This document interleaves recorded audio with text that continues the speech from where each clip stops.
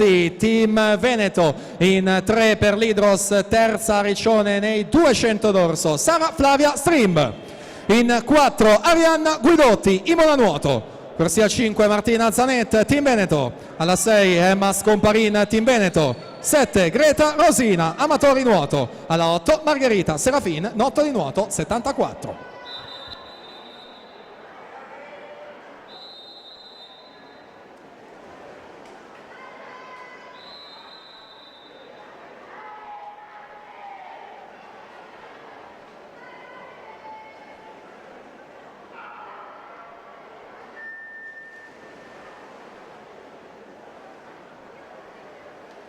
E allora prima serie, quindi altre medaglie che si assegnano. Guidotti alla 4, miglior crono di ingresso per quanto riguarda l'Imola Nuoto, già effettuata la virata, sembrerebbe leggermente in vantaggio in corsia 5 la Zanet, ottima però subacquea è uscita di Arianna Guidotti, quindi saranno loro due a contendersi la vittoria con Martina Zanet che incrementa nel finale e quindi tocca in 29,80, arriva la vittoria su Arianna Guidotti 30,37, Sara Flavia Strimb 30,46.